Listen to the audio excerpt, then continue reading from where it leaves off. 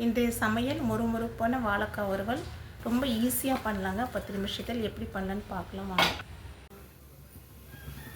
ஒரு டீஸ்பூன் கடலைப்பருப்பு சேர்த்துக்கலாங்க. ஒரு டீஸ்பூன் உளுத்தம்பருப்பு, தனியா ஒரு டீஸ்பூன், சோம்பு ஒரு டீஸ்பூன், சீரகம் ஒரு டீஸ்பூன், மிளகு அரை டீஸ்பூன். லோ ஃப்ளேமில் வறுத்துக்கலாங்க.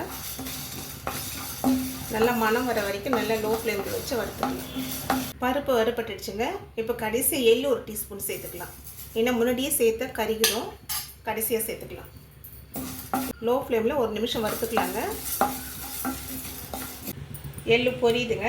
இப்போ வறுப்பட்டுடுச்சு. ஸ்டவ் ஆஃப் பண்ணிவிட்டு தட்டுக்கு மாற்றி ஆற வச்சுக்கலாம்.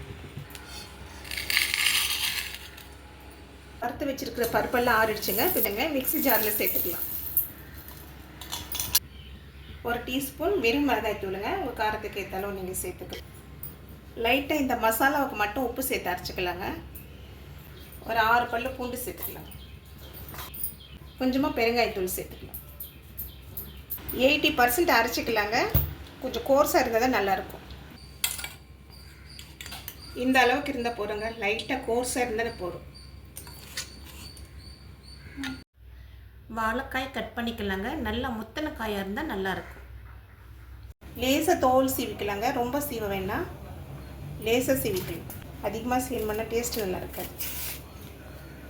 இந்த மாதிரி லேசாக தோல் சீவி கட் பண்ணிக்கலாங்க. இப்போ இதை 2 கட் பண்ணிக்கலாம்.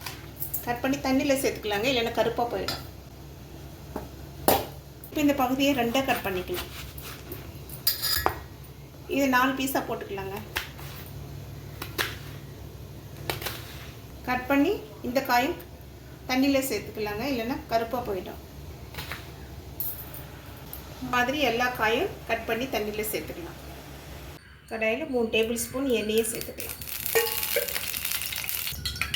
எண்ணெய் சூடாகிடுச்சு. கொஞ்சம் கருவேப்பிலை சேர்த்துக்கலாம். இப்போவும் வாழைக்காவை சேர்த்துக்கலாங்க. எண்ணெயில் ஒரு 1/4 டீஸ்பூன் மஞ்சள் தூள் சேர்த்துக்கலாம். மீடியம் ஃப்ளேம் வச்சு 2 பக்கமும் வாழைக்காவை வறுத்துக்கலாம்.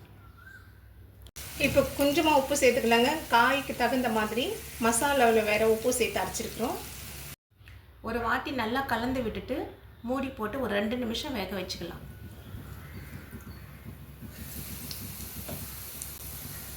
வாழைக்காய் வெந்துடுச்சுங்க. இப்போ மூடி போட வேணாம், நல்லா கலந்து விட்டுக்கலாங்க. காய் வெந்துடுச்சுங்க. இப்போ அரைச்சி வச்சுருக்கிற மசாலா பொடியை சேர்த்துக்கலாம். கொஞ்சமாக சேர்த்துக்கலாங்க. ஒரு டேபிள் ஸ்பூன் போதும், ஏன்னா ஒரு வாழைக்காய் தான் சேர்த்துக்கிறேன். உங்களுக்கு தேவையான அளவு பொடியை சேர்த்துட்டு நல்லா ஒரு வாட்டி கலந்துட்டு மீடியம் ஃப்ளேமில் 3 நிமிஷம் வறுத்துக்கலாம். கடைசியாக கொஞ்சம் கருவேப்பிலை சேர்த்துட்டு ஸ்டவ் ஆஃப் பண்ணிடலாம். வாழைக்காய் வறுவல்.